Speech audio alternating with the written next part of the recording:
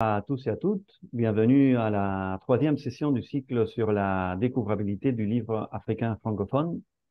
Le cycle se réalise avec le soutien de l'OIF, l'Organisation internationale de la francophonie, et l'Alliance internationale des éditeurs indépendants. La première session, animée par l'expert québécois Christian Roy, a abordé les différents aspects de la découvrabilité dans le monde du livre, ainsi que les outils disponibles pour tous les acteurs de la filière. La deuxième session, animée par l'experte ivoirienne Chonté Silué, se focalisait sur l'importance fondamentale des réseaux sociaux. Aujourd'hui, l'expert Marc-André Ledoux, basé à Dakar, présentera un autre thème très important, la production de livres numériques. Maintenant, j'aimerais inviter Annie-Josée Gnoc à prendre la parole pour continuer la présentation. Merci. Annie, il faut Merci activer. Octavio. C'est bon. Bonsoir à tous. Alors, ce troisième atelier, Marc-André, comme l'a présenté Octavio, va aborder la question de la chaîne du livre. Et les participants, les différents participants qui, je le rappelle, sont des auteurs, des éditeurs et autres professionnels de la chaîne du livre, pourront en apprendre un peu plus sur l'édition numérique. Donc, au cours de ce troisième atelier, nous verrons quelles sont les caractéristiques et la diversité des publications numériques, avec des exemples à l'appui. Puis, nous aurons un aperçu sur l'industrie du livre numérique et ses différents acteurs. Ensuite, Marc-André abordera la production du livre numérique en incluant une démonstration pratique de l'utilisation de certains outils et des éléments d'une stratégie marketing pour la diffusion et la promotion. Enfin, il fera une proposition de stratégie africaine pour l'édition numérique. Alors, qui est Marc-André? Marc-André Ledoux est sénégalais d'origine québécoise. Il est bibliothécaire de formation et cumule plus de 25 ans d'expérience en création et direction d'entreprise. Il est entrepreneur social en série. Et parmi ou dans ces nombreuses entreprises, il y a les nouvelles éditions numériques africaines, NENA, qui est pionnier et leader de l'édition numérique panafricaine aujourd'hui, qu'il dirige depuis 2008. Ce qui lui donne donc une grande expérience, une grande expertise dans les technologies d'édition numérique, ainsi que dans la gestion stratégique d'une entreprise d'édition numérique en Afrique. Et c'est ce que Marc-André partagera avec nous aujourd'hui. Voilà. La suite à Marc-André ou bien Octavio? Merci Annie-Josée. Oui, Marc-André, je pense que tu peux. Alors, bonjour à tous, bonjour à toutes. Je remercie l'Alliance pour cette opportunité qui m'est donnée là, de partager mes connaissances dans le domaine de l'édition numérique. En fait, ce que je vais partager, c'est l'expérience concrète de NENA depuis une quinzaine d'années que nous produisons des livres numériques. Au cours de ces années, on a produit jusqu'à 4000 livres numériques, essentiellement d'auteurs africains.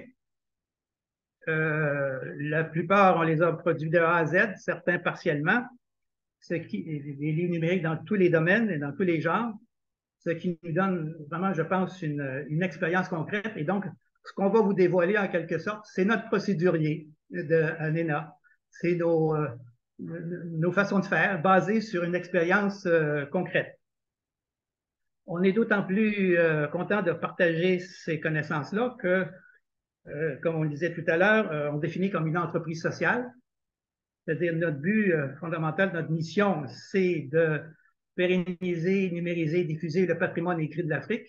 Et pour nous, le livre, ce n'est pas une marchandise à vendre, c'est un bien commun de l'humanité. Ce sont des biens communs qui, à terme, doivent être gratuits, tout en permettant aux acteurs de la chaîne du livre de vivre.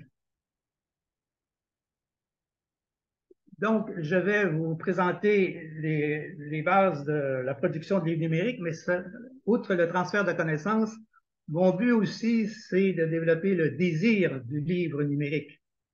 Je vous dirais, moi, après une longue journée de travail, quand je suis un peu fatigué, en fin de journée, je produis 1 ou 2 livres numériques. C'est amusant. C'est un bon loisir. Donc, c'est ce que nous allons faire aujourd'hui. Maintenant, l'exercice et la difficulté de mon exercice, c'est que je ne connais pas l'assistance et je ne sais pas si ce sont des gens qui ont déjà produit des livres numériques eux-mêmes, qui sont des grands lecteurs, ou ce sont des personnes qui s'initient pour la première fois, ou d'autres simplement des éditeurs qui veulent avoir une vision stratégique. Donc, je vais faire un grand écart. Je vais parler des fois de choses très terre à terre, très pratiques, et en même temps des idées générales. Il faut me partager mon écran maintenant. Marc-André, Oui, pardon, je me permets de vous interrompre quelques secondes.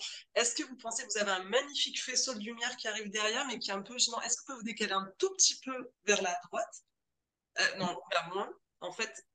Est-ce que c'est mieux comme ça? Non, un peu moins. En fait, c'est très éblouissant quand on vous regarde. OK, d'accord. Un instant, je vais changer de position. C'est ça, voilà, ce sera peut-être mieux. Désolé.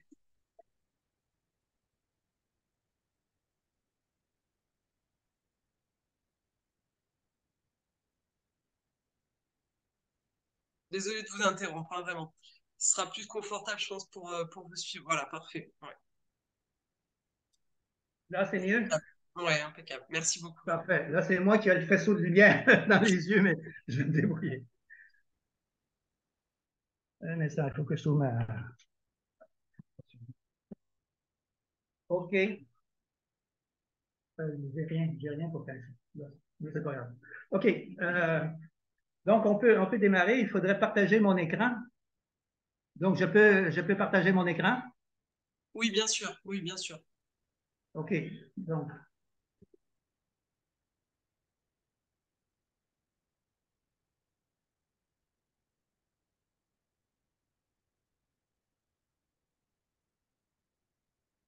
est-ce que tout le monde voit mon PowerPoint?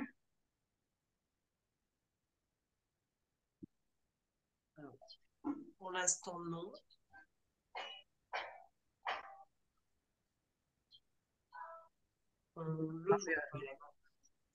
Ah, ça y est. Ouais. OK. C'est bon. Bon. Parfait. OK, tout le monde voit mon PowerPoint? Oui, oui, c'est bon. Oui, oui, c'est bon. C'est bon? OK, parfait. Donc, voilà, page de présentation. Alors, je récapitule le plan de la présentation. D'abord, on va voir les caractéristiques des publications numériques. Si on veut produire des livres numériques, il faut savoir qu'est-ce que c'est un livre numérique, connaître toutes les caractéristiques, c'est ce qu'on va voir. Ensuite, donc un survol de l'industrie de l'édition numérique, en indiquant les principaux acteurs, mais aussi je vais donner certaines indications importantes pour une stratégie du livre numérique. Ensuite, le point 3 de la chaîne de production, c'est le cœur de la présentation, toutes les étapes de la production. Le point 4, donc ça va être un exercice pratique devant vous. Je vais produire un livre numérique avec 2 outils logiciels. Et on va terminer donc par une présentation générale d'une stratégie, une proposition de stratégie de l'édition numérique en Afrique. J'utilise le terme publication numérique plutôt que livre numérique parce que le terme publication est un terme beaucoup plus générique. Et je vais maintenant vous montrer plusieurs exemples de livres numériques en attirant votre attention sur certaines caractéristiques, certains traits dont tout producteur de livres numériques doit être conscient parce que ça a une implication dans le processus de production. Donc, d'abord, on peut voir des monographies simples. Voici, par exemple, un roman, quelque chose de relativement simple. Ce roman, il est en format EPUB. Notez chaque information que je vais vous donner, c'est une caractéristique qu'on va retrouver plus tard. Donc, il est en format EPUB et je suis en train de le lire avec un logiciel de lecture de livres numériques qui s'appelle Calibre. Donc, je pagine, je tourne les pages et là, vous voyez je descends d'un livre et là, je n'ai pas d'une page, mais j'ai comme une section. Je reviens, voyez-vous, le livre numérique est comme divisé en des sections. Dans un livre numérique, il n'y a pas de page. Le livre numérique est divisé dans un certain nombre de sections et à l'intérieur de la section, c'est comme un rouleau. OK? Donc il faut noter cela. Ensuite, ce que je peux faire avec ce livre numérique, je peux changer la taille. Okay? Le texte est recomposable. Ça a une conséquence au niveau de cette fonctionnalité-là qui existe dans les logiciels de lecture, a une conséquence sur la production, on verra tout à l'heure. Ensuite, je peux afficher une table de matière, donc une table de matière qui a été générée automatiquement, et donc je peux me balader ici, dans le document, dans la table de matière. Voilà la page titre, je reviens, etc., avec les parties préliminaires, etc. Je peux aussi, je montre cette fonctionnalité-là, je peux lire à haute voix. C'est-à-dire que le logiciel que j'utilise en l'occurrence a Préface de la résurrection des vivants. Bon. Par Jean-Pierre Carrégé. Préface de la résurrection des vivants. Par Jean-Pierre Carrégé. Préface de la résurrection. Bon, alors, donc, le logiciel comporte une fonction de lecture de lecture d'écran. Donc, est-ce que c'est un livre textuel ou est-ce que c'est un audio-livre? On peut donc, à la limite, se poser la question.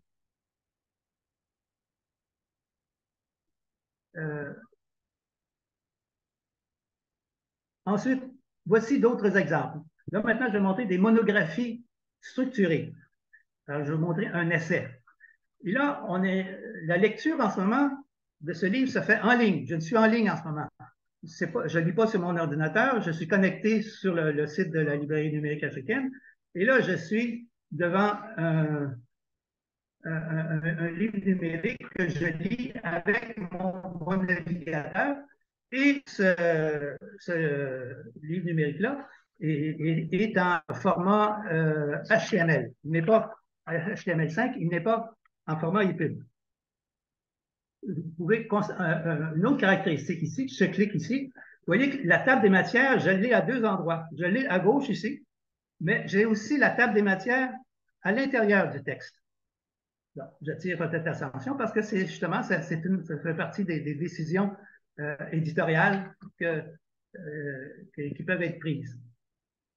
Ensuite, regardez ce texte ici. Ce que vous voyez, c'est une liste. Voyez, voici vous avez des tirets. Donc, vous avez une liste numérotée suivie d'une liste énumérée. J'attire cette attention parce que le problème de la gestion des listes est toujours un problème difficile à gérer dans les livres numériques. Notez aussi qu'à la fin de chaque page, j'ai les notes de bas de page. Donc, vous voyez qu'à l'intérieur du texte, ici, j'ai un appel de notes et il y a un lien hypertexte entre l'appel de notes et l'affichage de la note.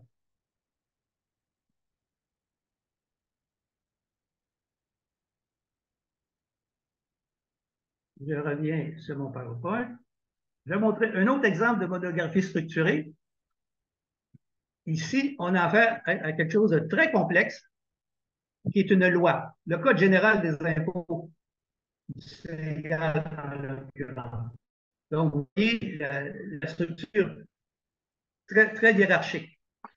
Et ce que vous pouvez constater, notamment, quelque chose de spécial, c'est qu'à la fin, si je peux m'y rendre, vous avez un index de tous les articles. Donc, si je clique sur un article, par exemple 221, et là, j'arrive sur directement à l'article, et l'article lui-même cite un autre article.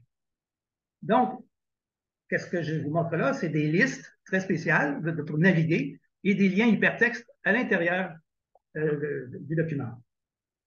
Il y a aussi à la fin un index des sujets, voyez-vous, et qui renvoie non pas un numéro de page, mais un numéro d'article.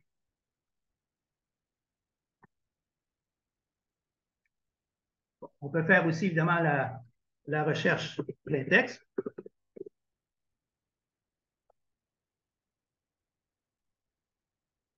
Et vous voyez les résultats de la recherche avec les mots recherchés en surbrillance.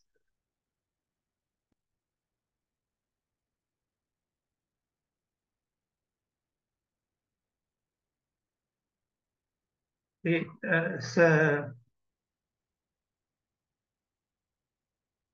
ce livre numérique-là, je peux l'afficher en mode téléphone.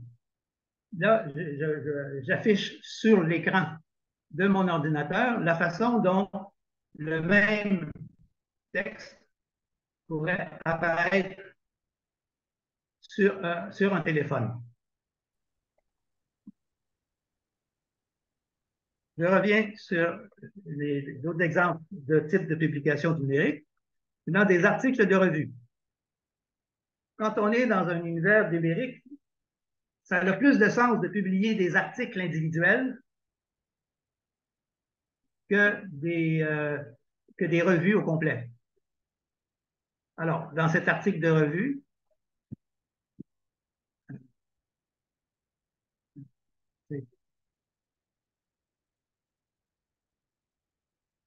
donc vous voyez, il y a une image incrustée et il y a un tableau.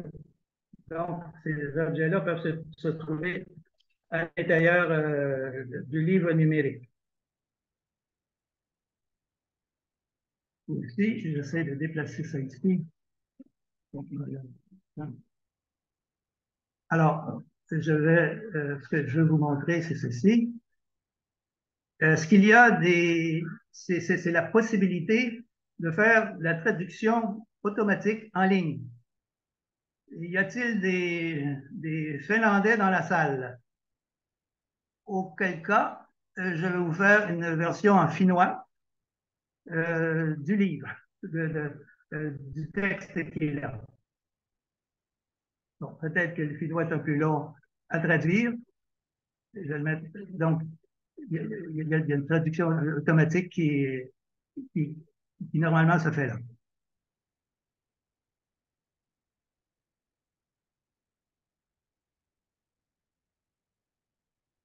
Donc voilà. OK, voilà. Vous avez la version finnoise. Donc, le livre numérique devient un livre multilingue.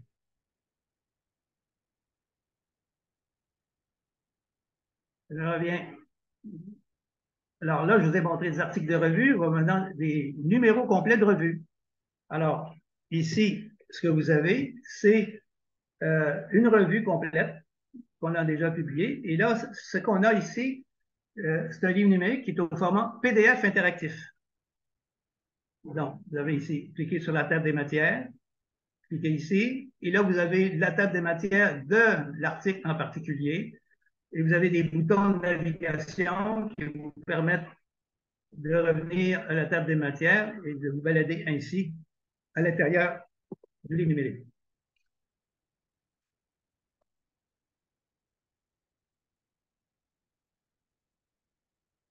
Autre exemple de publication numérique, un recueil. Ce que vous avez devant vous, c'est le recueil du droit des affaires applicable en Afrique francophone. Ce recueil-là, si on l'imprimait, on a calculé que ça pourrait demander l'impression de 30 000 pages. Ce que vous avez en ce moment devant vous, c'est une publication, une seule publication avec 30 000 pages, qui contient, par exemple, tous les actes de l'OADA. Alors, avec chacun leur table des matières. Donc, on peut naviguer. Et quand j'arrive sur un article, si je clique, je suis dans la version française, je clique sur le nom de l'article et immédiatement, la version anglaise de l'article apparaît. je peux aussi chercher dans la jurisprudence où j'ai une classification des décisions de jurisprudence. Et je peux chercher la jurisprudence par les articles cités, par exemple. Par exemple, je sais que l'article 104 de cet acte est interprété par cette décision de jurisprudence. Donc, vous voyez toute la richesse des liens, des hyperliens qui ont été mis dans la publication numérique.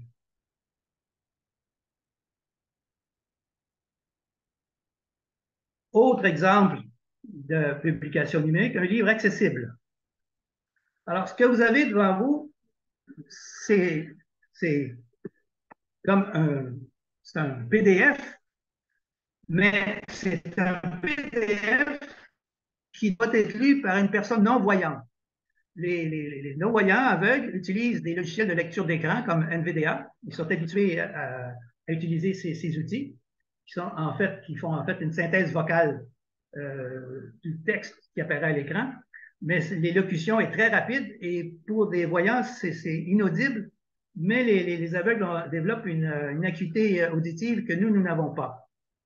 Alors, imaginez-vous que ce texte est lu. Alors, à la fin, il entend page suivante et il sait que c'est un lien.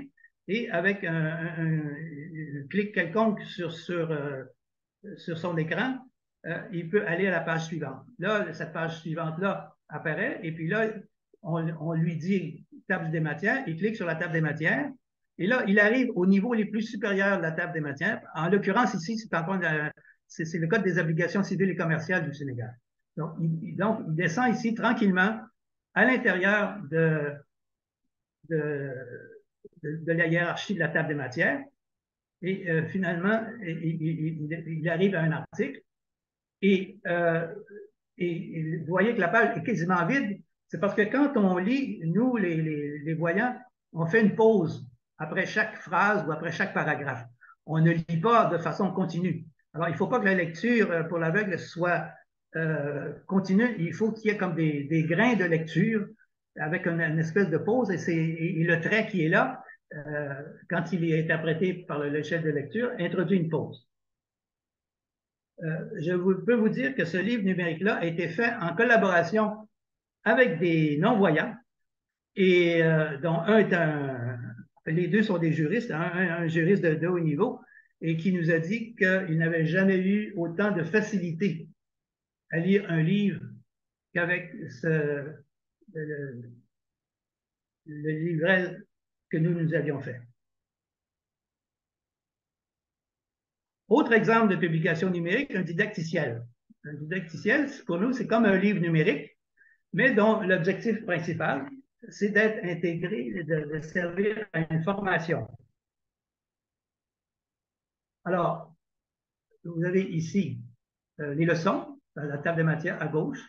Je clique sur une leçon et qu'est-ce qu'on voit en particulier ici? Bien, ici, il y a ce qu'on appelle ici une mini table des matières.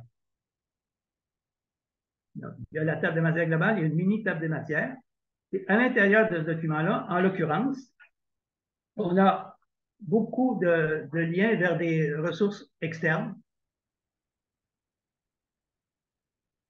Alors, qui peuvent être, dans ce cas-ci, c'est un lien vers une portion d'un autre livre. Donc, voilà. Ou ça peut être un lien vers une page web, comme c'est le cas ici.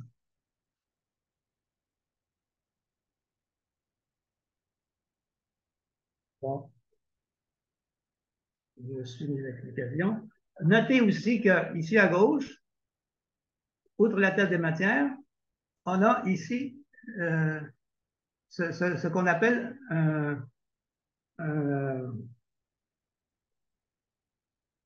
un glossaire. Ici, c'est un index. C'est un index, OK, qui renvoie directement aux pages.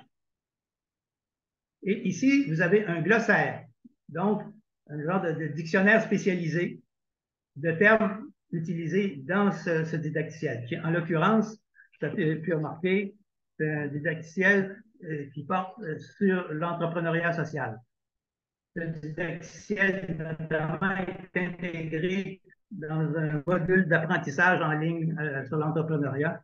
Donc, il est intégré dans Moodle, qui est une application de gestion en ligne d'apprentissage. Que vous avez aussi,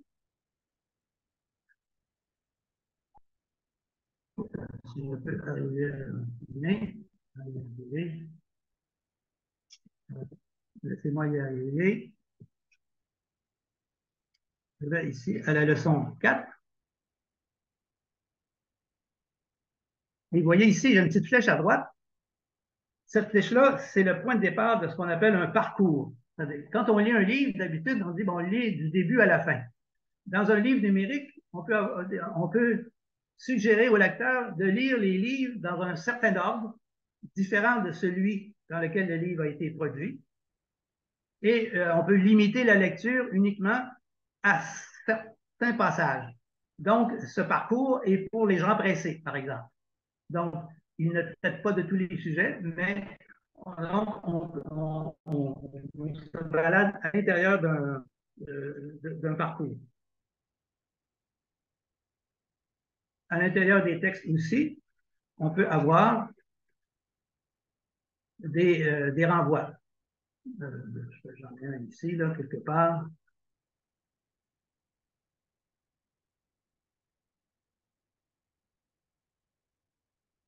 Voilà, ici, voir. Donc, un renvoi, donc, c'est comme un lien interne vers un autre endroit du livre.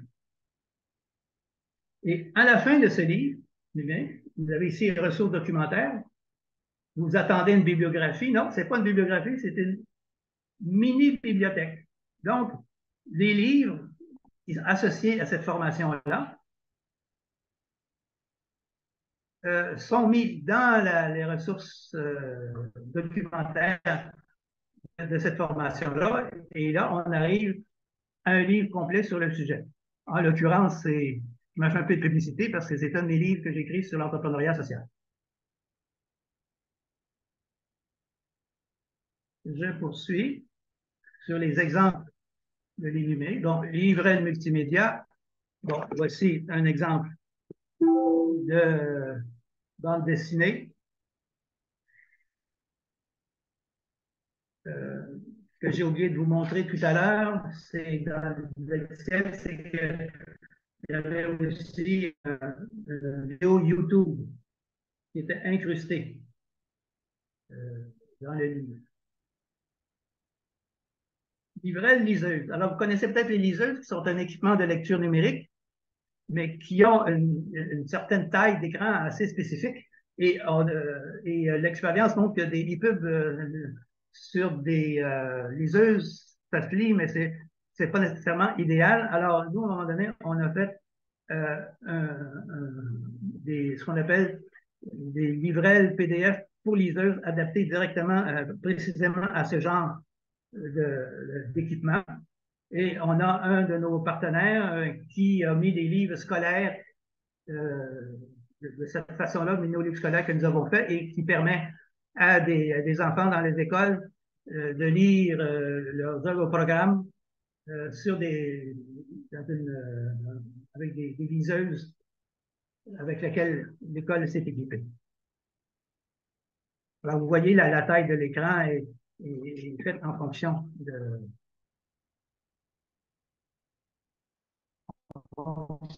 la taille de la liseuse. En fait, les audiolivres, il y a des audiolivres. Alors, ici, voici un exemple d'un audiolivre que nous avions fait. En fait, on a environ 150. Elle disait qu'elle allait uriner ou encore qu'elle ne partait pas très loin. Or. Bon, alors, je ne vais pas tout vous faire écouter Farid Lanès, mais ce que vous pouvez peut-être remarquer, c'est que la voix change selon les personnages. Derrière un arbre jusqu'à ce qu'elle commença à braire. Alors, le mort se faufila furtivement et revint à la maison. Il dit, Au roi, je jure, aujourd'hui je vais te dire une chose. Voilà. Donc, chance de voix selon. Enfin, un dernier type de publication, bien, ce sont des bibliothèques numériques. Une compilation d'œuvres, une compilation de livres est une publication numérique en soi. Alors, l'ENA, par exemple, nous, on publie des livres, mais on publie aussi des bibliothèques numériques. Alors, très rapidement, je vous montre, là, je me connecte sur notre site de librairie numérique et voici les bibliothèques numériques que nous avons. Là, je choisis, par exemple, la bibliothèque numérique en sciences sociales. Et là, je peux ouvrir n'importe quel livre. Et là, je vais lire le livre directement. Et je peux chercher par auteur. Alors, si je cherche mon auteur, mes auteurs préférés, dont le prénom, c'est Samir, mais je me souviens plus de son famille. Je clique Samir Amin et bon, j'ai tous ces livres et là, je peux afficher rapidement. Donc, cette publication, cette bibliothèque numérique est une publication numérique. En résumé, tout quelles sont les caractéristiques des livres numériques? Premièrement, les publications numériques sont dans un format d'édition numérique, et EPUB 2, EPUB 3. EPUB 3 permettant certaines fonctionnalités supplémentaires, mais plus ou moins utiles, c'est à discuter. On a la possibilité d'ajouter certains médias ou de faire ce que j'appelle du format fixe, c'est-à-dire finalement copier, faire comme si c'était un PDF. Mais les principaux formats, c'est EPUB, HTML5 et PDF interactif. La lecture d'un livre numérique peut être locale, c'est-à-dire téléchargée, comme dans le cas d'un EPUB, où on achète le livre en ligne, on le télécharge et on le lit localement, ou embarqué dans une liseuse, où la lecture peut se faire en ligne et à ce moment-là, le livre n'est pas téléchargé. La navigation dans un livre numérique est très riche, peut être très riche, avec des tables de matière, des index, des listes, des liens internes et externes, de la recherche contextuelle, des notes de bas de page, des glossaires, des parcours. C'est toutes des choses que je vous ai montrées tout à l'heure. La présentation peut être fixe ou recomposable. Dans le cas des PDF, on ne peut pas recomposer le texte, les coupures de lignes sont toujours les mêmes. Là, il faut que je déplace cette ligne. Le contenu est enrichi. Alors, un livre numérique peut être, par définition, multilingue, multimédia, il peut être vocalisé, donc audio en même temps, et accessible.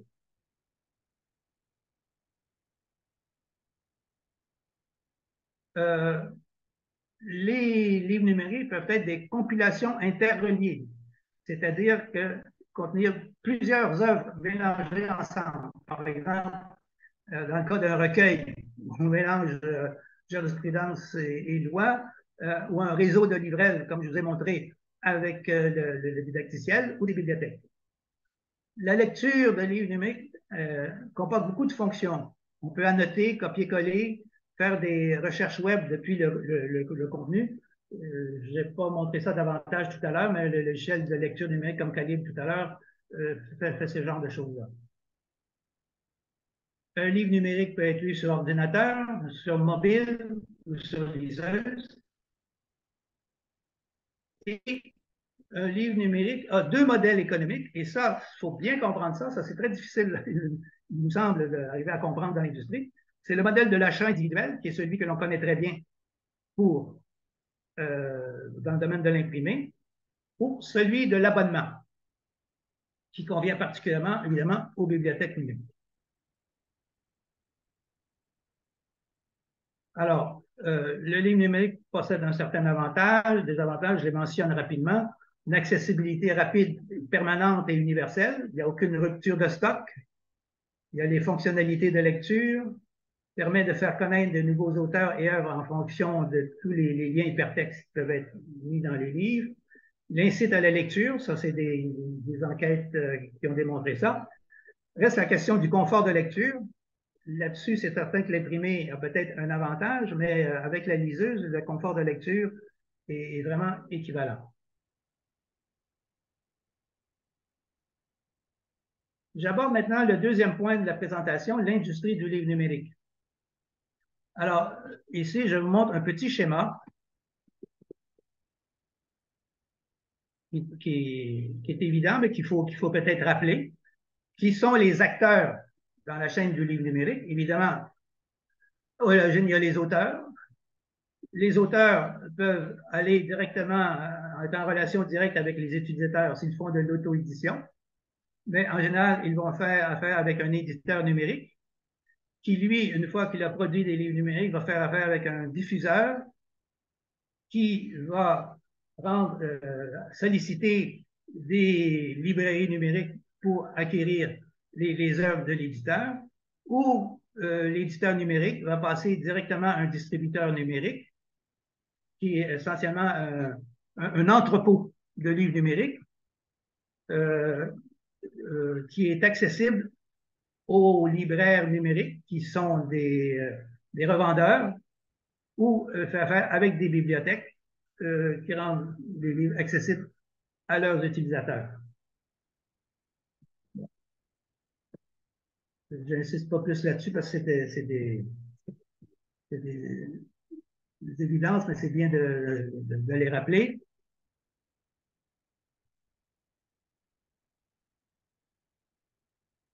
Je vous donne ici quelques statistiques tirées du marché du livre numérique en France en 2022. Je ne connais pas de statistiques au niveau de l'Afrique. Je n'ai pas fait d'autres recherches dans d'autres pays, mais ces statistiques-là sont intéressantes. Et je vais attirer votre attention sur un point en particulier.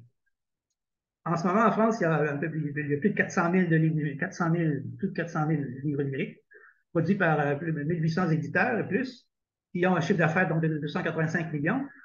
Et bon, ce qu'on peut noter, c'est qu'il y a une croissance de 4% par rapport à 2021, qui est une bonne nouvelle. Maintenant, la part du numérique dans le chiffre d'affaires de ces éditeurs-là, c'est seulement 10%. La chose importante à prendre en compte, c'est que dans ce 10%-là, 46%, c'est-à-dire presque la moitié des ventes de livres numériques, c'est pour le marché universitaire et professionnel, et qui est en croissance par rapport à 2021. 13%, c'est pour le scolaire, avec une petite croissance, et 5% pour la littérature en général, avec une petite décroissance. Ça vous donne une idée de là où le livre numérique est avant tout utilisé. Mais l'autre chose qui est intéressante, c'est de constater que le modèle économique, celui de l'abonnement, c'est quasiment la moitié de l'abonnement. Or, ce qui veut dire que les universités, les professionnels, c'est eux qui s'abonnent. C'est le 40% des abonnements est probablement totalement fait par le marché universitaire et professionnel. Le reste, c'est la vente individuelle. Donc, ce qu'il faut retenir, c'est que la moitié des ventes de livres numériques, ce n'est pas les romans, c'est l'information savante, scientifique et professionnelle, droit, fiscalité, etc. Et par le mode de l'abonnement. Vous aurez sans doute une copie de mon diaporama.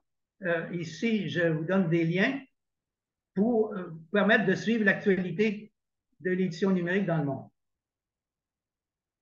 Abordons maintenant la question de la production du livre numérique. Donc, on aborde le cœur de la présentation. Alors, ici, je vous présente un schéma de la chaîne de production d'une publication numérique. Bon, ce qui est dans des rectangles, c'est des opérations, et à gauche, vous avez des documents reliés à ces opérations. La première opération, c'est celle de la saisie. Qui fait la saisie, bien, ça va être l'auteur, mais l'auteur, il y aura intérêt dans une chaîne de production de publication numérique. Il est au début de la chaîne. Il a intérêt à ce qu'il utilise un modèle de document. les éditeurs de revues donnent généralement des indications à leurs auteurs sur la façon de livrer leur tapuscrit. Eh bien, un éditeur qui va faire de l'édition numérique aurait tendance, si possible, à suggérer fortement à ses auteurs d'utiliser le modèle de document. Un modèle de document, ça veut dire essentiellement une liste de styles à utiliser lors de sa saisie. Mais le point de départ de l'édition numérique, c'est peut-être pas la saisie, c'est peut-être le fait qu'on a un texte dont on n'a pas la version numérique, on n'a qu'une copie imprimée ou un vieux livre jauni des années 40. Alors là, il faut une opération différente qui s'appelle l'ossérisation, c'est-à-dire la reconnaissance optique des caractères dans le texte pour le rendre éditable. Une fois que la saisie ou l'ossérisation est faite, on passe à l'étape suivante l'étape qu'on appelle l'uniformisation. Autrement dit, application des règles typographiques, des règles d'écriture du texte. Par exemple, comment on fait des listes? Est-ce qu'on utilise les espaces avant ou après les points-virgules, les deux points, etc.? On va voir ça tout à l'heure dans le détail. Donc, il y a une étape qu'on appelle d'uniformisation. L'étape suivante est celle du balisage. Et là, on utilise des feuilles de style. Le balisage consiste essentiellement à appliquer des styles de la feuille de style pour pouvoir exploiter le document numérique, en particulier pour pouvoir générer les tables de matière. L'étape suivante est celle d'une mise en forme à partir d'une charte graphique. La mise en forme, dans un contexte numérique, est une tâche qui a perdu de son intérêt. Parce que vous avez vu que dans un livre numérique, le lecteur change la taille et même, dans certains cas, la police des caractères. Donc, c'est une tâche qui est transférée de l'éditeur au lecteur. La dernière étape, c'est la navigation, donc introduire tous les liens, les listes qui vont permettre de naviguer à l'intérieur du texte.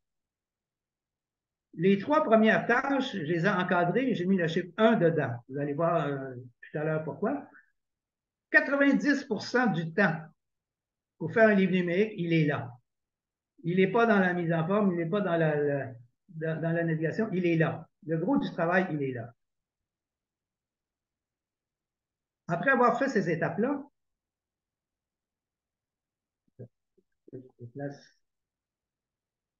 on aboutit à un moment où on dispose de notre fonds éditorial, en quelque sorte, de notre actif éditorial. Donc, c'est la chose la plus précieuse qu'un éditeur a. Donc, ce sont ces textes tout à fait uniformisés, bien préparés. Remarquez que dans ce que je vous explique en ce moment, j'exclus totalement les tâches éditoriales usuelles de validation du texte, de correction orthographique, toutes tâches qui se font de toute façon dans un contexte imprimé. Là, ce que je vous montre, c'est des choses importantes qui doivent être faites en vue de la production de livres numériques. Donc, une fois qu'on a notre fonds éditorial, donc qui doit être dans un format standard, que l'éditeur décide. Et à partir de ce fonds éditorial-là, on doit utiliser un certain nombre de générateurs qui permettent de produire soit PDF interactif accessible, soit un PDF interactif, soit le EPUB, soit le HTML5. Donc ça, c'est le schéma général de la chaîne éditoriale.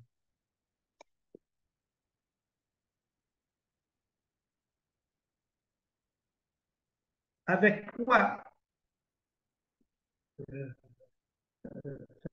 fait-on ce travail? Alors, je vous ai fait un petit tableau de certains logiciels utilisables, conseillés pour faire de l'édition numérique. Je n'ai pas mis tout, mais j'ai divisé ça selon les fonctions Et j'ai mis 2 colonnes, des logiciels basiques, si vous démarrez ou vous n'avez pas besoin d'artillerie lourde, bon, voici des logiciels basiques, mais pour l'édition vraiment professionnelle, il y a d'autres outils. Parfois, c'est les mêmes outils, mais il y a des outils spécifiques. Alors, pour la saisie, uniformisation, balisage, Word fait très bien l'affaire, au niveau professionnel aussi, mais il y a un autre logiciel formidable que malheureusement peu de gens connaissent, mais qui est pour moi le meilleur outil dans le domaine de l'édition numérique, qui s'appelle FrameMaker. Pour l'ossérisation, je vais supposer que c'est uniquement dans un contexte professionnel que ce problème se pose. Alors, ABI est un excellent logiciel de reconnaissance d'ossérisation. Pour la mise en forme et la navigation, Word pour faire l'affaire, et Atlantis, que je vais vous montrer tout à l'heure, qui est un intéressant logiciel de traitement de texte qui permet beaucoup de choses. Pour la mise en forme plus professionnelle, FrameMaker et InDesign sont 2 options, mais InDesign, si vous voulez mon avis, si vous faites des livres d'art, des livres scolaires ou des livres pour enfants, effectivement, c'est un bon choix. Mais pour faire de l'édition numérique, c'est un cul-de-sac. C'est que la plupart de ce que vous voulez faire avec InDesign, vous pouvez le faire avec FrameMaker, mais avec FrameMaker, vous pouvez faire beaucoup plus.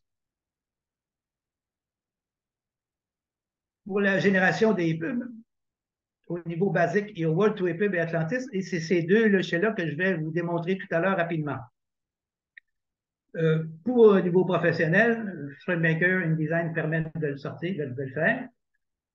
Les correcteurs de EPUB, parce qu'à un moment donné, il faut parfois faire des corrections locales sur les pubs.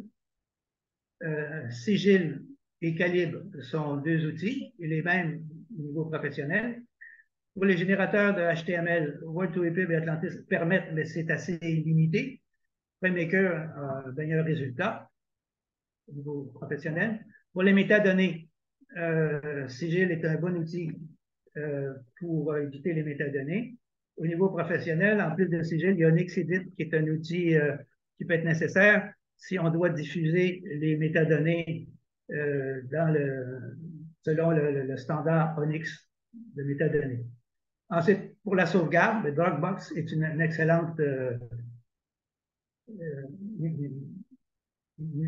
option, puisque tous les ordinateurs de votre entreprise deviennent des centres d'archivage.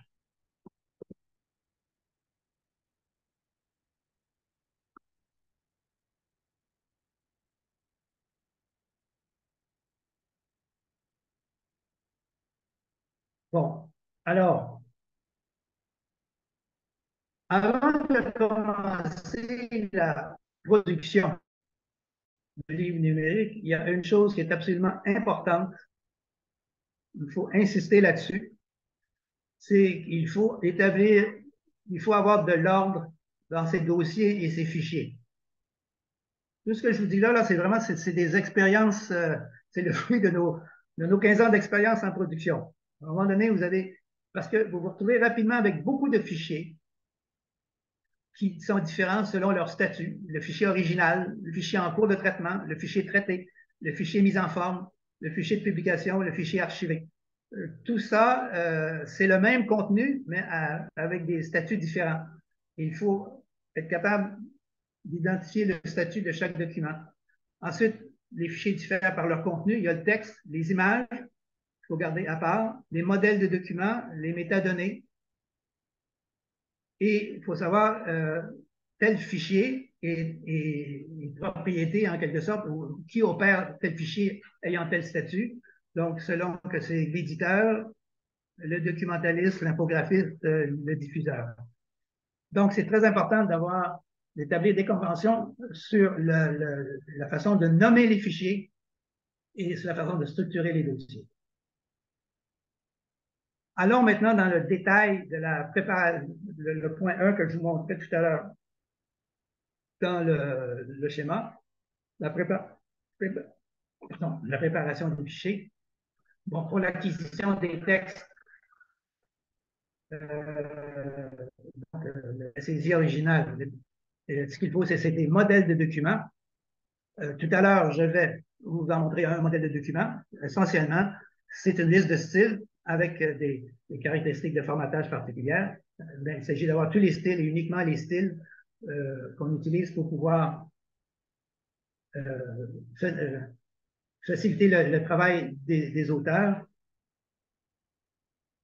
Ensuite, l'étape d'uniformisation typographique. Alors, il y a un excellent livre que je recommande, c'est le RAMA, c'est un livre du Québec, le RAMA de la typographie. Vous avez le lien hypertexte ici, le lien web. Alors, ici, j'ai mis un petit résumé des principales tâches d'uniformisation typographique qu'il faut faire. Ça se résume souvent à certains points. Donc, la gestion des espaces. Je vais rapidement. Ne pas avoir des paragraphes vides. Hein, souvent, les gens, pour faire l'espacement des paragraphes, ils mettent un paragraphe vide. Il ne faut pas d'être ça dans les lignes numériques. Il faut éliminer aussi tous les sauts de page manuels, sauts de section, très conditionnels qui peuvent exister, qui peuvent avoir été introduits pour la préparation de la version imprimée. Mettre un espace insécable avant un 2 points et un sécable après. Pas d'espace avant le point-virgule. Remplacer 2 blancs consécutifs par un seul. Pas d'espace avant le point d'interrogation. Utiliser les chevrons guillemets français à la place des guillemets anglais. Et mettre un espace insécable après le chevron ouvrant et avant le chevron fermant. Bon, je ne sais pas si ces choses-là vous sont familières, mais tout à l'heure, je vais revenir avec, en préparant les textes, en vous démontrant l'exercice de production de publication numérique. La question des listes. Alors, les listes, c'est toujours un problème compliqué. Il faut déterminer si les listes sont numérotées ou numérées. Il faut déterminer si on veut que ces listes soient automatiquement avec le logiciel ou manuellement. Ça a des conséquences parce que dans les outils de transformation après, certains peuvent exiger que ces listes soient numérotées automatiquement, mais automatiquement, ça peut générer des problèmes de numérotation s'il y a plusieurs listes numérotées dans le document. Alors, je ne vais pas donner tout le détail là-dessus, là, mais mettre un point-virgule après chaque élément d'une liste, minuscule au début. Bon, on va revoir ça tout à l'heure quand on va faire l'exercice. Et les types de subdivision, déterminer si souvent mettre tous les titres en minuscules. Il y a souvent des mauvaises habitudes de mettre les titres en majuscules. C'est les anglo-saxons qui font ça. Mais dans le milieu latin, c'est plutôt le minuscule. Et la méthode générale pour faire ces corrections-là, c'est essentiellement par des recherches remplacement global. Je ne vais pas expliquer tout de suite parce que je vais le faire tout à l'heure devant vous.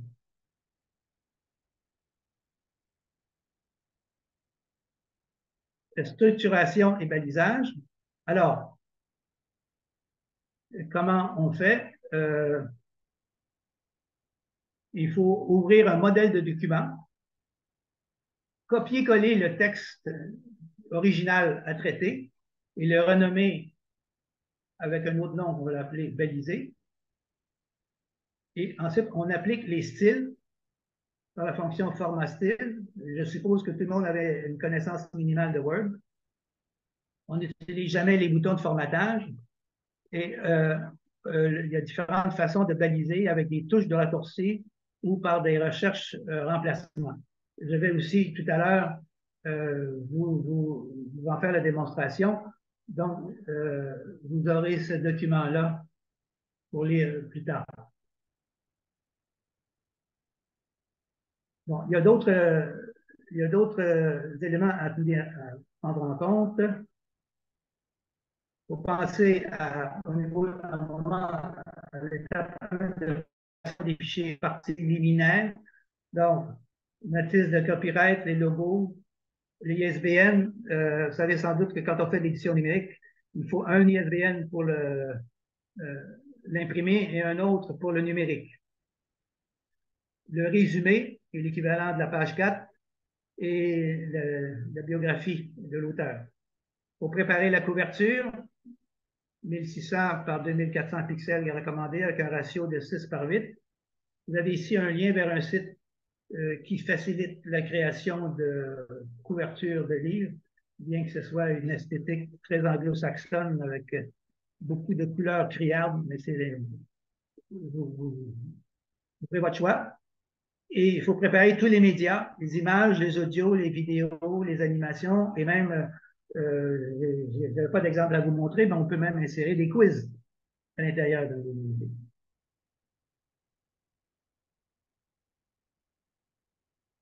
L'autre étape, donc, une mise en forme. Je dis minimale parce que il y a tellement de choses qui peuvent se faire au moment de la lecture que le problème de la mise en forme d'un livre numérique au moment de la production n'est pas une considération absolument importante. Mais dans un livre numérique, il n'y a pas de page, donc il n'y a pas d'entête, il n'y a pas de bas de page, il n'y a pas de colonne, il n'y a pas de tabulation, il n'y a pas d'habillage d'image. En format recomposable, on s'entend. En format fixe avec PDF interactif, évidemment, ces choses-là sont pas possibles. Alors donc, on configure les styles de paragraphes en choisissant les polices de caractères, les espacements, interparagraphes et l'interlignage. On configure éventuellement des styles de caractères s'il faut en garder, italiques gras à l'intérieur du texte. Les tableaux, quand on importe le fichier original avec des tableaux, il y a toujours des ajustements de colonnes qui doivent être faits. Ça, c'est une opération délicate. On n'a pas le choix que d'y aller tableau par tableau et utiliser son jugement pour ajuster les largeurs de chaque tableau. Ensuite, il faut importer dans des cadres ancrés en général des éléments externes, dont les parties liminaires, les figures, les images, les vidéos, les audios, les dessins, les animations, les quiz.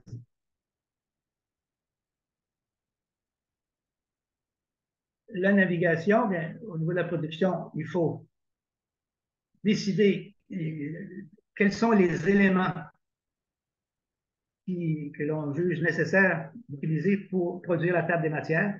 Donc là, ça pose la question de la profondeur de la table des matières. Il y a des documents qui sont très structurés, mais ce n'est pas nécessaire d'aller jusqu'au 6e niveau. 2 niveaux peuvent être suffisants. Il faut décider si on veut que la table des matières soit à la fois externe. Elle est en général toujours externe automatiquement dans un livre numérique, mais si on la veut interne aussi. Et si on veut aussi avoir des mini tables de matière. Évidemment, toutes ces fonctions-là, leur réalisation dépend des logiciels que l'on utilise. Hein? Je parle de mini TDM, je pense. Ça ne se fait pas dans Word, mais ça se fait dans FrameMaker. Alors, mais là, ensuite, les liens externes pour incruster les liens vers des fichiers externes ou des URL. Et les liens internes, il y a encore une fois la façon de faire des liens internes. Il y a des possibilités et des impossibilités selon les outils que l'on utilise. Hein? On peut peut-être faire des listes de figures, listes de tableaux dans un document. Mais faire une liste de numéros d'articles, c'est quelque chose de spécifique. Alors, c'est pas tout le monde qui peut faire ça.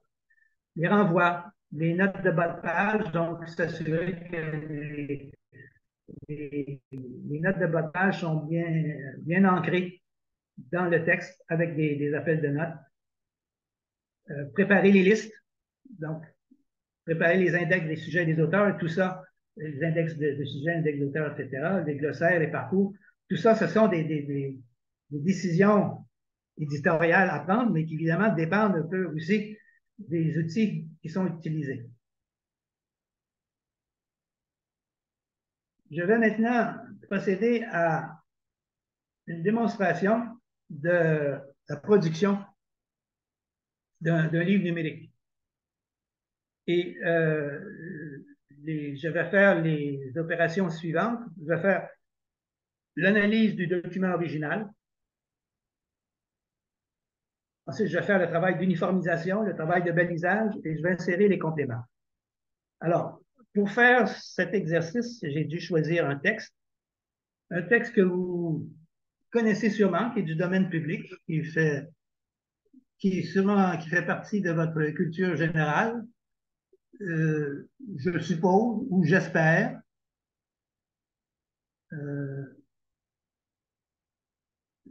Voilà. Okay. C'est le manifeste du Parti communiste de Karl Marx. Alors, si vous n'avez jamais eu l'occasion de lire ce texte qui est toujours d'actualité, eh bien, ça va vous permettre, cette formation vous permettre en plus d'élargir vos connaissances. Alors, ce texte, ce que je vous montre, c'est le texte tel que je l'ai trouvé sur Internet, avec quelques petites modifications que j'ai faites pour illustrer les opérations que je vais faire tout à l'heure. Alors, on devine qu'il y a des auteurs ici, on devine qu'il y a un titre, on voit qu'il y a une table des matières. Donc là, ce que je fais, c'est que je fais l'analyse du document, l'analyse du point de vue de mon objectif de produire un livre numérique à partir de ça. J'ai une table de matière et la table de matière, je constate par la table de matière qu'il y a une table de matière qui va jusqu'à 3 niveaux. Okay, le point 3, ça va jusqu'à 3 niveaux. Voilà, c'est une information intéressante. Je poursuis, je vois qu'il y a une préface, donc qui est l'équivalent d'un chapitre. Je vois ici, il y a à nouveau le titre qui est mis avec le début du texte. Je vois qu'il y a des notes de bas de page et j'ai pu constater que les notes de bas de page étaient bien ancrées. Donc, parce qu'on peut avoir des fois la note de bas de page, le texte est là, mais la note de bas de page n'est pas ancrée dans le texte. Donc, à ce moment-là, il faut effacer la note couper la note de bas de page et la réinsérer au bon endroit. Je constate ici, je constate que j'ai des paragraphes ordinaires, je constate ici que j'ai une liste numérotée.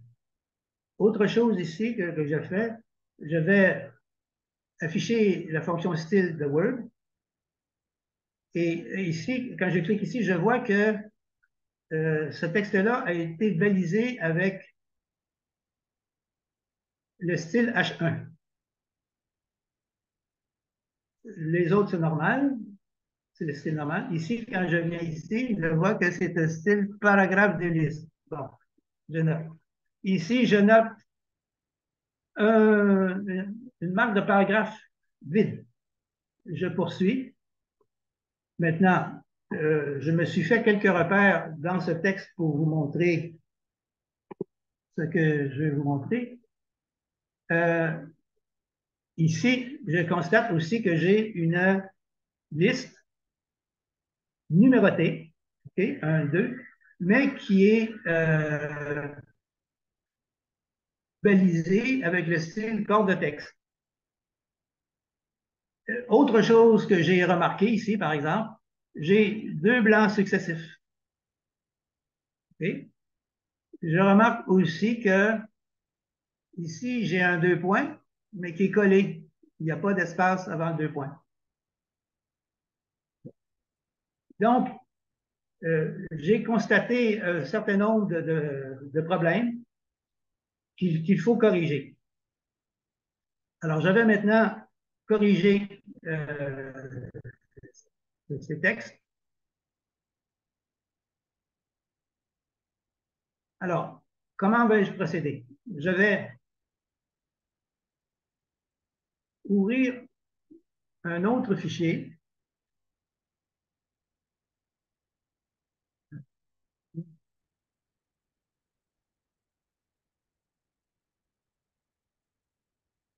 Un fichier que j'appelle modèle balisage.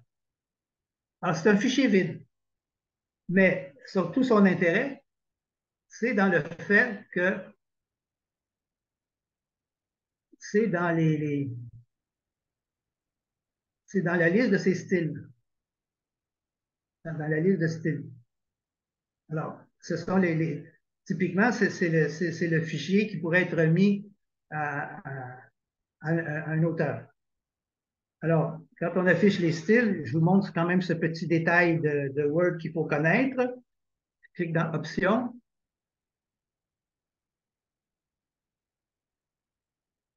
Et là, je vais lui demander d'afficher tous les styles en ordre alphabétique. J'utilise les styles de Word parce que les outils de conversion que j'utilise tout à l'heure, Word to EPUB et Atlantis, supposent que l'utilisateur va appliquer les styles standards de Word. Mais d'autres outils de conversion n'imposent pas cette contrainte. Donc, dans le contexte où je suis, je m'impose cette contrainte. Alors, qu'est-ce que je vais faire ici? Donc, j'ai mon style et je vais aller chercher mon document. Je reviens à mon original tout à l'heure. Je fais CTRL A, CTRL C. Je reviens dans mon modèle et je fais CTRL V pour copier le texte. Immédiatement, le texte s'est un peu redisposé en fonction des styles que j'ai définis dans mon modèle de document. Et je vais tout de suite, normalement, en profiter pour le sauvegarder sous un autre nom, c'est-à-dire fichier original balisé. Non, je ne vais pas le faire maintenant parce que j'ai déjà une copie de ce fichier-là que j'ai déjà corrigé parce que ce que je vais faire devant vous, c'est un certain nombre de corrections. Il y a certaines que je ne ferai pas pour gagner du temps. Alors, donc, je suis ici et je dois faire ces corrections. Alors, d'abord, ici, j'ai le nom d'auteur. Alors, je sais que je dois appliquer le style auteur. Donc, j'ai ici, je choisis Karl Marx, auteur, auteur. Et puis ici, ça c'est le titre, donc je vais appliquer le style titre. Donc, voilà. La table de matière, je n'en ai pas besoin. Je vais l'effacer parce qu'elle va être générée automatiquement quand je vais générer le EPUB. Donc, j'efface la table de matière. Je revois là que j'ai un paragraphe vide. Il faut que je me débarrasse de tous les paragraphes vides. Il y en a plusieurs dans le texte. Alors, comme je suis paresseux, je fais CTRL H. Là, je vous montre, je ne sais pas si c'est des choses que vous connaissez, mais je vous montre comment on fonctionne. Je cherche une marque de paragraphe, suivie d'une autre marque de paragraphe, et je remplace cela par une seule marque de paragraphe. Et je fais remplacer tout. Voilà. Alors, il y en avait 17. Ils sont supprimés. J'en profite, j'avais constaté qu'il y avait des fois deux espaces successifs au lieu d'un seul. Je cherche deux espaces, je remplace par un seul, remplacer tout. Voilà, c'est fait. J'avais constaté que j'avais deux points qui n'étaient pas précédés d'un espace insécable.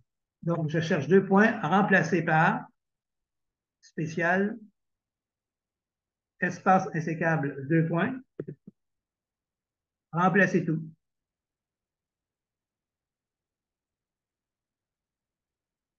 Donc, vous voyez la logique.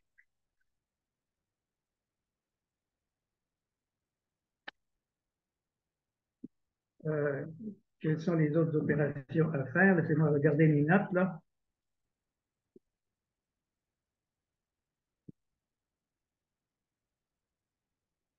Oui, OK. Ensuite, ici, j'ai un style H1 que j'avais identifié tout à l'heure, mais je veux que ce titre-là, préface, apparaisse au premier niveau de la table des matières. Et pour ça, il faut appliquer le titre 1. Donc, je vais ici et je veux appliquer ici titre 1. OK?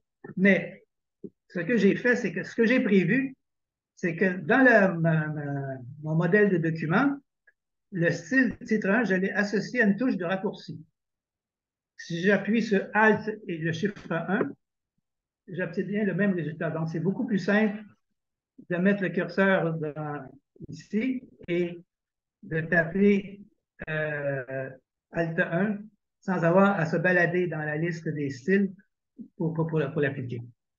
L'autre façon de fonctionner, c'est que ici, j'ai un H1. Alors, l'autre façon de procéder, c'est que je retourne dans mes recherches d'emplacement. Faire le travail de nettoyage, d'uniformisation, c'est avant tout du travail de recherche d'emplacement.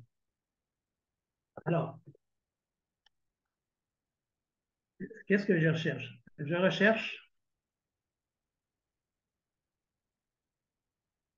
recherche un style. Donc, ce format style, je recherche un style qui est le style H1 qui doit être là normalement.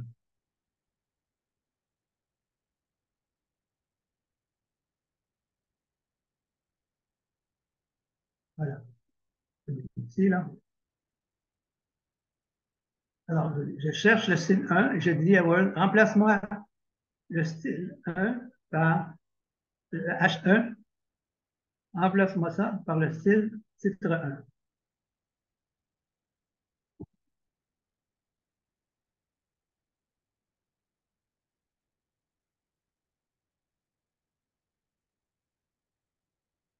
Et remplacer tout. Donc, au lieu de nous avons effectué 0 remplacement, bon, c'est pas normal. Normalement, il devrait l'avoir fait. Normalement, sinon, j'ai dû faire une erreur quelque part, mais vous comprenez l'idée. Donc là, ici, je peux y aller Alt 1. Maintenant, ici, j'ai un style qui n'est pas le style de liste standard de Word pour les listes à plus. Donc, je sélectionne les deux paragraphes et j'applique le style liste 1, liste à plus.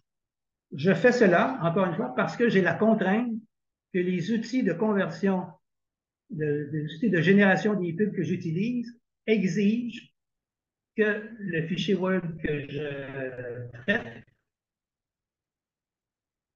utilise les styles standards de Word. Or, le style qui était là, tout à l'heure, n'était pas le style standard. Alors, donc, je peux continuer ainsi. Autre correction que je pourrais faire aussi, c'est chercher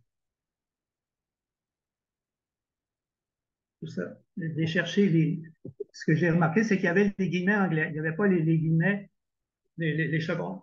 Donc, je cherche les guillemets anglais et je veux les remplacer par le guillemet français, le chevron, suivi d'un espace insécable. Alors là, je cherche le suivant.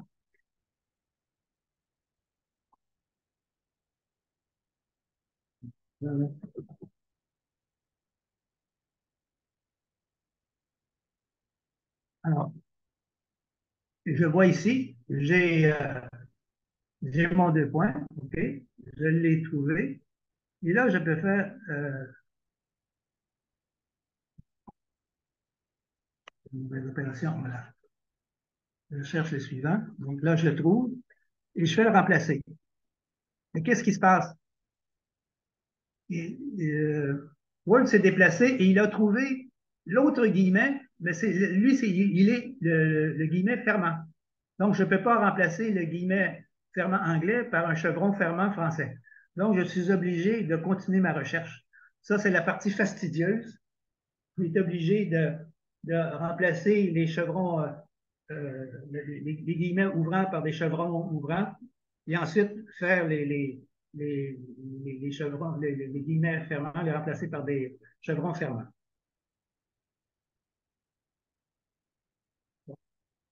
Donc, là, je vais fermer ce document-là. je suppose que je l'aurai tout traité et je vais ouvrir le résultat original balisé et voici ce qui aurait été, si j'avais fait tout le travail, le résultat que j'aurais obtenu. Bon, remarquez ici aussi, ce que j'ai fait, c'est que j'ai ajouté les parties préliminaires. Donc, une place pour le logo, la maison d'édition, l'ISBN, etc.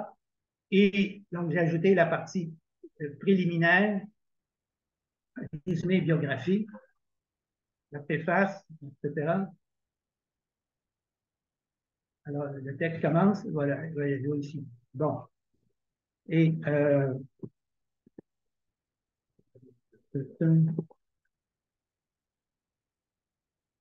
alors ici, vous voyez, j'ai des listes,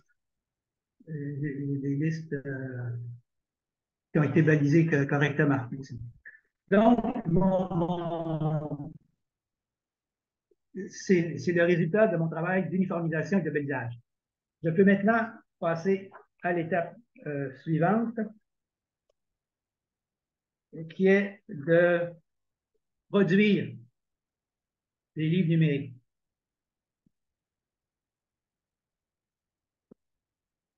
Alors là, je vais d'abord produire les livres numériques en utilisant Word2EPUB. Alors, qui est un logiciel gratuit, créé par une association qui s'occupe beaucoup de livres numériques accessibles pour aveugles et qui fait, bon, ce convertisseur-là a certaines caractéristiques pour faciliter les livres accessibles. Mais on ne va pas insister là-dessus ici. Donc là, mon Word2EPUB démarre. Vous allez voir, c'est très simple.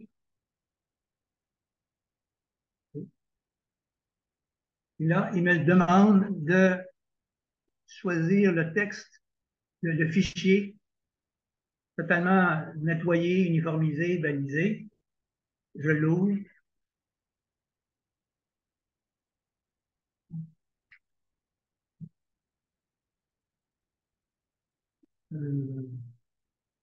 J'espère que je ne me suis pas trompé.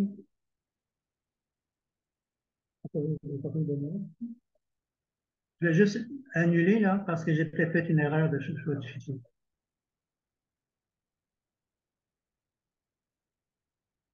Ah, belle idée.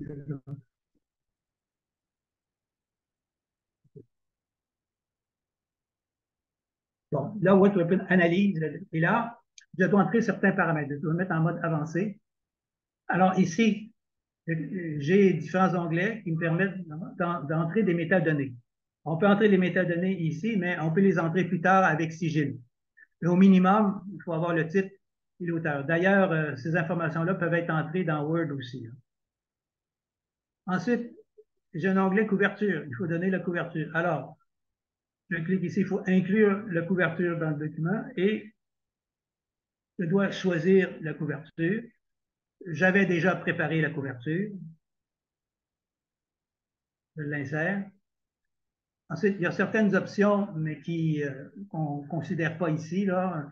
La langue de l'écriture, c'est plus pour accessible.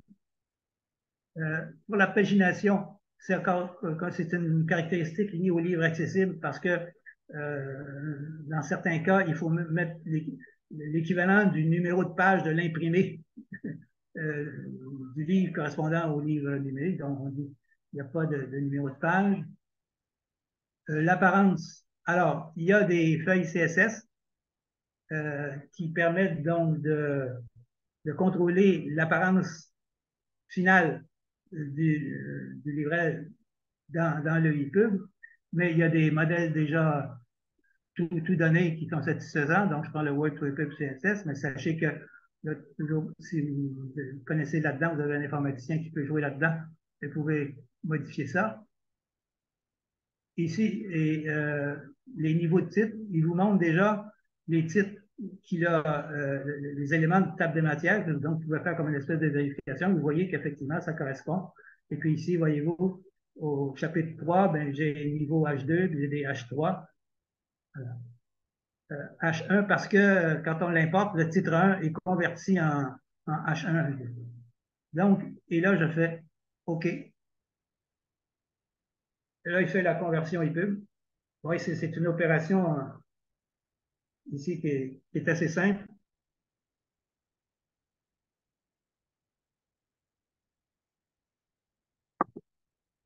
Et voilà.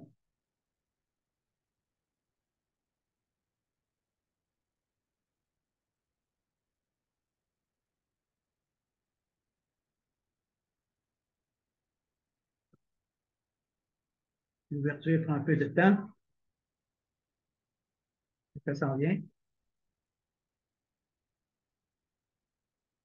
J'espère que vous n'avez pas tous succombé devant la charge de données que je viens de vous lancer.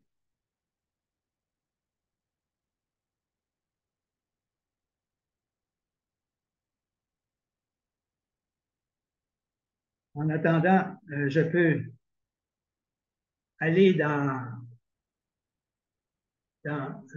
Atlantis. Donc, pendant que bon, OK, il arrive ici.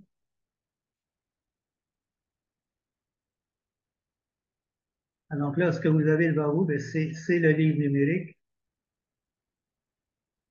qui vient d'être produit. Et si on va à la table des matières, la table des matières est là, vous avez bien avec 3 niveaux, etc.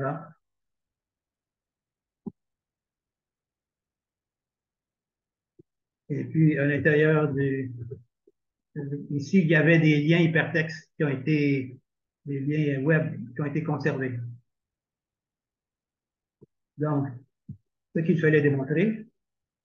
Maintenant, je vais faire la même opération, produire encore une fois le fichier pub avec un autre logiciel Atlantis, qui est un logiciel shareware, qui coûte seulement 35 mais qui a une fonction intéressante, une certaine limitation là, pour faire les pubs. Alors, j'ai ouvert le logiciel et donc là, qu'est-ce que je fais? Je vais créer un nouveau document en utilisant un modèle. Et ce modèle, ils ont un modèle qui s'appelle ebook.rtf. Atlantis travaille avec les fichiers RTF. Donc, j'ouvre ce fichier, ce modèle. Donc, c'est un petit fichier avec des indications sur comment procéder. C'est très bien documenté. Alors, ce que je vais faire, c'est que je vais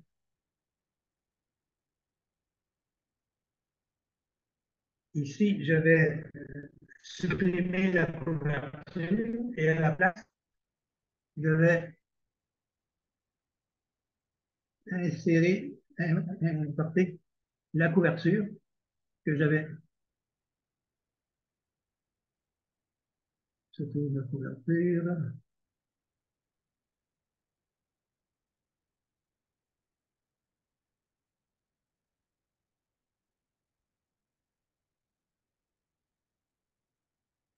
Non, je ne trouve plus ma couverture.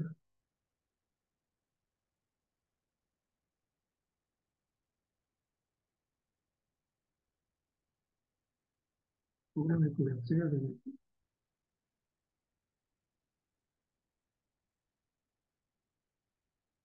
Ah oui, parce que tout est affiché. Bon. Bon, je m'excuse, je ne le trouve pas là. Faites comme si c'était la couverture. Et là, qu'est-ce que je vais faire? Je vais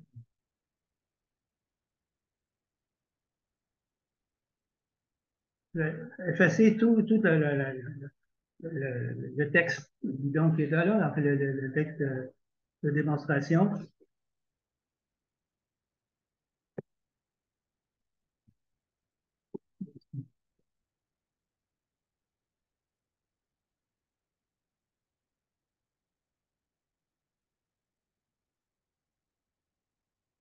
Je vais copier-coller mon fichier. C'est pas celui-là, c'est celui-ci.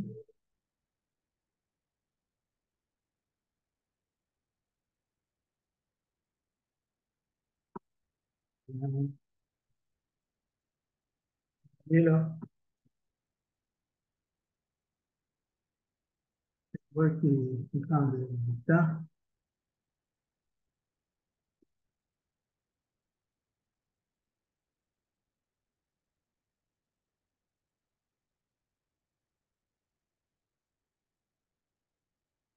C'est Word qui ne réagit pas là. Bon, je vais procéder autrement. Je vais insérer fichier en original balisé. Voilà, il a été inséré.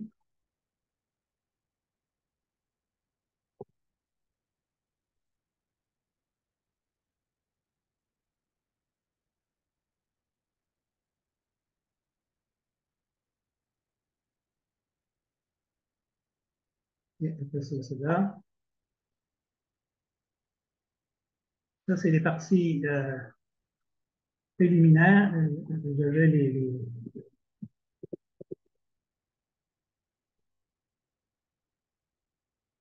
Je vais simplement les déplacer au-dessus de la table de matière.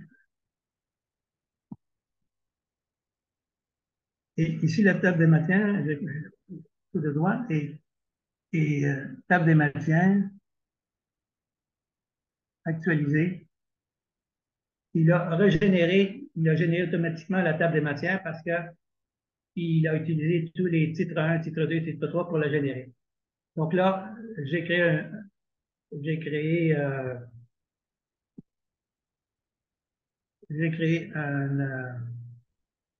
EPUB avec la table de matière à l'intérieur du livre, ce qui n'était pas le cas tout à l'heure avec Word to EPUB. J'aimerais bien pouvoir trouver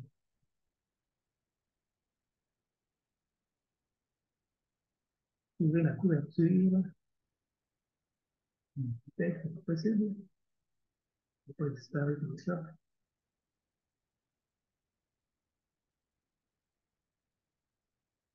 Oui, c'est ça, c'est là, bien sûr.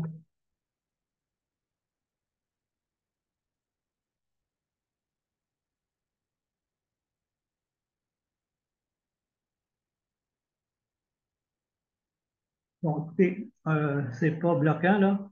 Comprenez l'idée.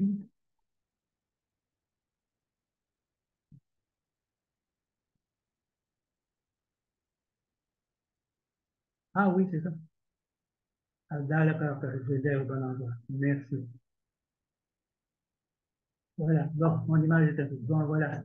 Donc là, je peux enregistrer. Et là,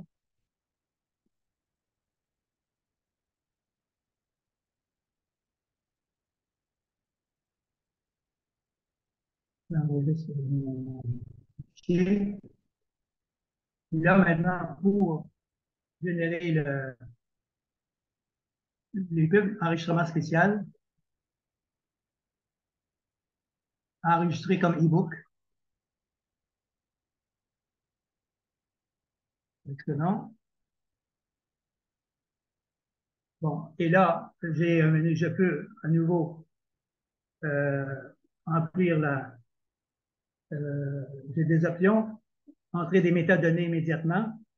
Ici, il y a quelques options intéressantes comme je peux numéroter les notes en continu du début à la fin, mettre les appels de notes entre accolades pour les rendre plus visibles dans le texte. C'est une chose intéressante pour la consultation, mais ce sont des détails. Et là, je peux ensuite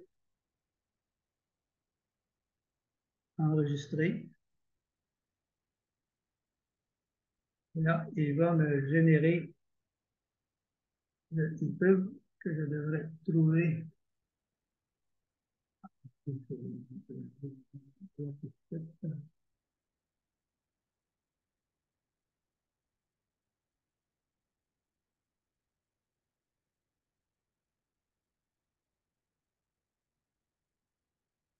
Oui. Là, j'ouvre le EPUB que je viens de créer avec Atlantis.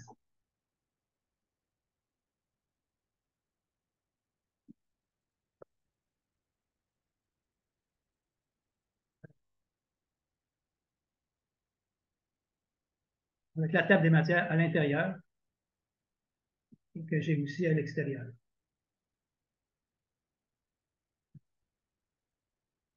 Bon, je reviens à mon diaporama. Alors, les deux diapos suivants, c'est pas parce que c'est ce que je viens de vous démontrer. Je saute immédiatement sur certaines considérations, l'élément important au niveau de la production des livres numériques. Il y a trois choses. Il y a une chose qui est importante. Premièrement, les sauvegardes. Deuxièmement, les sauvegardes. Troisièmement, les sauvegardes. Okay? Donc, comment dit, question des éditeurs, la sécurité de ces fichiers, surtout de son d'entrepôt de fichiers déjà tout traités, là, c'est ça qui est absolument important. Ensuite, il y a une considération dans la production du numérique, auquel on oublie parfois, mais qui est importante, c'est l'organisation de la chaîne de production, le processus de production. Alors, ici, ce que je vous montre, c'est une ébauche du processus de production de la chaîne de production chez NENA. Alors, ça, c'est écrit dans un langage qui s'appelle BPMN, Business Management Notation, quelque chose comme ça. Donc, c'est des conventions qui permettent de modéliser tout le processus. Alors, on voit ici qu'il y a le département d'édition, celui de la documentation, celui de l'édité. Alors, tout commence avec l'édition. Donc, le livre arrive. On décide si il faut décider si tout est là. Tous les documents ont été envoyés par l'auteur. Ensuite, là, il y a un choix, il y a une décision à prendre. Bon, je n'entre pas dans les détails, mais simplement pour vous mentionner que cette chose-là existe. Les métadonnées, quand on diffuse des livres numériques sur une plateforme, il faut envoyer les métadonnées. Et là, il y a un standard qui s'appelle Onyx 3. Et sinon, certains distributeurs ne vont pas exiger ça. Ça peut être simplement un fichier Excel. Mais sachez que ce standard-là existe et qu'il y a un outil mentionné dans la liste des logiciels qui permet de faire la conversion d'un Excel vers le format Onyx. Ensuite, il y a une considération qui est importante, c'est si on veut faire des livres numériques, faut-il éditer ou coéditer? Nous, à NENA, ce qu'on propose, c'est la coédition, pour ceux qui ne veulent pas se lancer eux-mêmes dans l'édition. Je pense que c'est une bonne solution pour accélérer, mais c'est une décision stratégique d'entreprise à prendre. Je termine par le dernier point, une proposition de stratégie pour l'édition numérique en Afrique. Il y a un article qui est en lien ici que nous avons écrit, mon collègue Laminsar et moi-même, au début de l'année, qui exprime notre vision des choses. Nous, il y aurait 5 choses à faire. Premièrement, il y a des livres africains à produire en numérique, évidemment. Il faut se lancer dans le numérique. Malheureusement, il y a encore beaucoup de frilosité, des faux arguments du genre ça va m'empêcher de vendre mes imprimés ou je vais me faire pirater. Bon, toutes sortes de considérations qui sont quant à moi résolues. Mais, donc, il faut résolument se lancer dans la production de livres numériques, oser prendre cette décision à la fois pour les ouvrages courants et les ouvrages rétrospectifs. Deuxièmement, le modèle de la bibliothèque numérique est le modèle absolument supérieur à celui de la vente individuelle pour le livre numérique. Alors, parce que ça permet d'atteindre beaucoup plus de clientèle, les universitaires, les professionnels, le marché scolaire aussi. Les écoles, les bibliothèques scolaires, il n'y en a pas beaucoup, mais on peut, nous, ce qu'on promue, c'est le concept de bibliothèque scolaire numérique où les œuvres au programme et d'autres sont disponibles. Les bibliothèques communales, donc bibliothèques publiques, et les bibliothèques accessibles pour les handicapés visuels. Bibliothèques en ligne ou locales, et avec accès gratuit à ces biens communs. Parce que pour le lecteur, la chose intéressante du modèle de bibliothèque, c'est que c'est gratuit. Celui qui paye, c'est l'institution qui paie l'abonnement. Troisièmement, c'est pas parce qu'on a produit des livres numériques et qu'ils sont accessibles dans les bibliothèques que les livres vont se lire. Il y a une activité de promotion de la lecture numérique qui doit être faite. Mais il y a des choses qui peuvent être faites grâce au numérique, par exemple des clubs de lecture, où tous les membres du club peuvent lire le livre avant de se réunir, et où on peut faire des concours d'écriture où ceux qui gagnent le concours sont édités numériquement. Quatrièmement, il faut rapatrier les œuvres africaines publiées en dehors de l'Afrique. Il y a un mouvement pour le rapatriement des œuvres d'art qui ont été pillées dans les musées européens. Eh bien, il faut rapatrier les œuvres écrites qui ont été publiées avant les indépendances et pendant les indépendances. Il faut éditer en Afrique. Et ça, il faut que les auteurs, on peut comprendre que les auteurs veulent être bien diffusés, et c'est plus facile en pensant qu'on est dans le 6e arrondissement que dans le quartier Baobab de Dakar. Mais pour rejoindre l'Afrique, il faut publier en Afrique. Donc, il y a une opération à faire de ce côté-là. Et le 5e point, une industrie à mutualiser. Nous proposons l'idée d'une alliance panafricaine de l'édition numérique pour favoriser l'abonnement aux bibliothèques numériques, pour la numérisation rétrospective des œuvres, pour la promotion des œuvres et pour la gestion collective de la diffusion. Alors, gestion collective de la diffusion, ça veut dire ceci. Ça veut dire pour nous que NENA a pris l'initiative de créer une telle plateforme que la librairie numérique africaine. Nous, on considère que l'avenir de cette librairie, c'est que NENA peut en être le gestionnaire, mais nous, on pense que ça doit être l'instrument commun de l'industrie. On se représente que tous les éditeurs africains qui ont passé au numérique vont être ceux qui vont gérer collectivement cet outil commun. NENA pouvant continuer à être l'opérateur, mais pour nous, notre objectif, c'est de léguer cette plateforme-là à l'industrie africaine. Alors, ici, c'est le lien pour le texte qui détaille ce que je viens de vous expliquer. Et pour terminer, et pour paraphraser le manifeste du Parti communiste de Karl Marx qui se termine, si vous l'avez remarqué, par prolétaires de tous les pays, unissez-vous. Alors nous, on vous lance éditeurs, auteurs de tous les pays africains, unissez-vous. Merci de votre attention.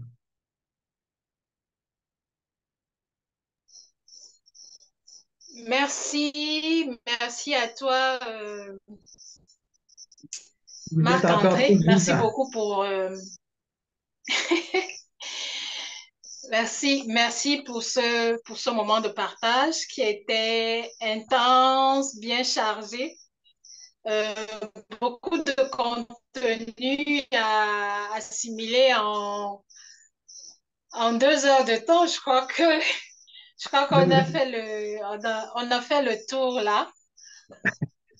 Je vous ai tous assommés. Et donc, c'est vrai oui, on peut dire ça. On peut dire ça, mais merci beaucoup. Je pense sous la gouverne d'Octavio et de Laurent, je pense que l'enregistrement sera mis à un moment en partage via un lien YouTube pour que éventuellement celles des personnes qui n'ont pas pu se joindre à nous aujourd'hui puissent consulter le cours ou cet atelier à leur convenance. Maintenant, je ne sais pas, c'est vrai que certains participants avaient d'autres engagements, ils sont partis, se sont déconnectés. Il en reste 3, je ne sais pas s'ils ont des questions, on va aller assez vite.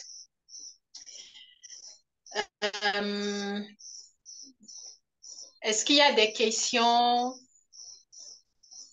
dans la salle? Je ne sais pas, je vois... Moi, j'aimerais bien poser. J'ai une question pour Néna Sen. J'aimerais savoir, il faut combien de temps pour éditer un livre numérique? Ça prend combien de temps? À partir du moment où vous avez le texte, au format Word ou comme vous disiez, différents formats. Euh, donc, il vous faut combien de temps pour éditer un livre? Vous dites que vous y passez des soirées, mais je suppose que c'est plus d'une soirée pour... Écoutez, ma réponse, là, c'est entre 15 minutes et 9 mois. Ça dépend du contenu. OK? Quand je dis 15 minutes, des articles de revue, par exemple, ça dépend des méthodes que l'on utilise. Là. Mais nous, on est capable de faire ça en 15-20 minutes. Mais disons qu'une moyenne, mettons une monographie là, de 150 pages, OK? Je dirais, et puis évidemment, ça dépend de l'état des dégâts, je dirais, de l'état du fichier que vous recevez. Hein? J'élimine tout le temps dû aux corrections orthographiques, aux échanges avec l'auteur. Tout l'aspect proprement éditorial, ça, c'est pas typiquement numérique. Là.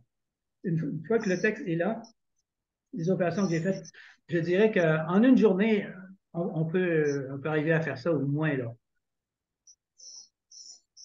Quand on a les bons outils aussi. D'accord, merci beaucoup. Moi, j'avais une autre question pour Marc-André. Est-ce que tu penses, Marc-André, que tout le travail de balisage pourrait être réalisé à terme par une intelligence artificielle? Bon, j'ai pas examiné la question très franchement, là. Je ne sais pas trop à quoi répondre, là. Je fais encore confiance à l'intelligence naturelle, disons. Parce que souvent, il y a des décisions à prendre où bon, je pense que l'humain est plus intéressant, mais pour est-ce que ça en vaut la peine, là? Une artillerie lourde comme ça pour un texte de 150-200 pages avec 15 à 20 paragraphes à baliser, à décider. Pas sûr là, que ça vaut la peine. Peut-être, mais j'ai pas examiné ça, à vrai dire. Merci.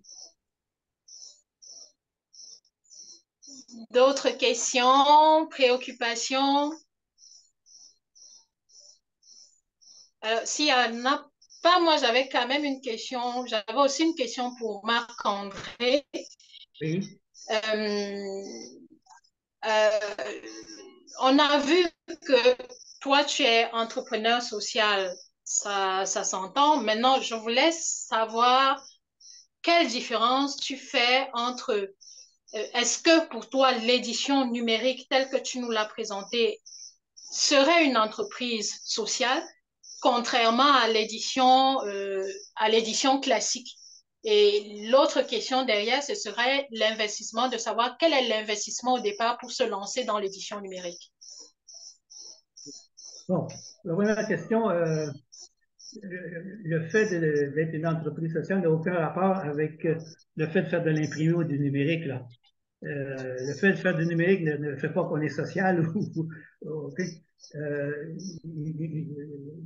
caractère social ou capitaliste. Il faut comprendre que social s'oppose à capitalisme. Il faut comprendre que on peut faire une entreprise sociale avec n'importe quoi. On peut faire une entreprise sociale avec une entreprise de pétrole, si vous voulez. OK?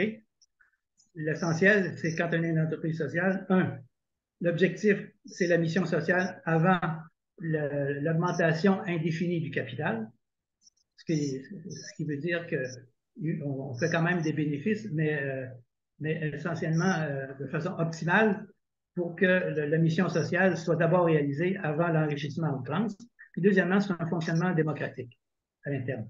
Autrement dit, une entreprise sociale, c'est une entreprise sans capitaliste, sans capital, sans fonds propres, sans salariat. Et ça s'applique à n'importe quelle entreprise, y compris des entreprises d'édition numérique. Dans quel investissement? Je dirais, si vous voulez faire de l'édition professionnelle, comme nous, on essaie de le faire, sachez que les outils coûtent cher. Okay? Et c'est des coûts répétitifs. Alors, parler en termes de CFA, là, je dirais, vous en avez au moins peut-être 1,5 million, 2 millions par année de coûts de logiciels. Et ensuite, il faut s'apprivoiser ces logiciels-là. Parce que c'est de l'échelle costaud, où l'apprentissage n'est pas intuitif, je dois vous dire. Nous, je calculais que dans notre chaîne de production, on utilise à peu près entre 20 et 25 logiciels. On ne l'utilise pas tous tout le temps, mais à un moment donné, on a besoin d'un logiciel en particulier pour faire quelque chose. Okay? Alors, il y a des investissements à faire en coût, mais surtout en formation. Ceci dit, on peut commencer par des choses plus simples, et puis les outils que je vous ai montrés, on peut faire un bout de chemin avec ça et commencer avec ça. Et ça, je vous ai montré, j'ai fait des choses devant vous. Il suffit de connaître un petit peu Word puis certains trucs de Word. Et puis, les outils de conversion, sont très simples, c'est bien documenté, il n'y a pas de coût. Donc, l'entrée peut être facile aussi. Mais disons que nous, on a fait pas mal d'éditions juridiques, par exemple. Mais c'est évident qu'on ne fera jamais d'édition juridique avec Word ou avec InDesign. Là. Ça ne se fait pas avec ça, désolé.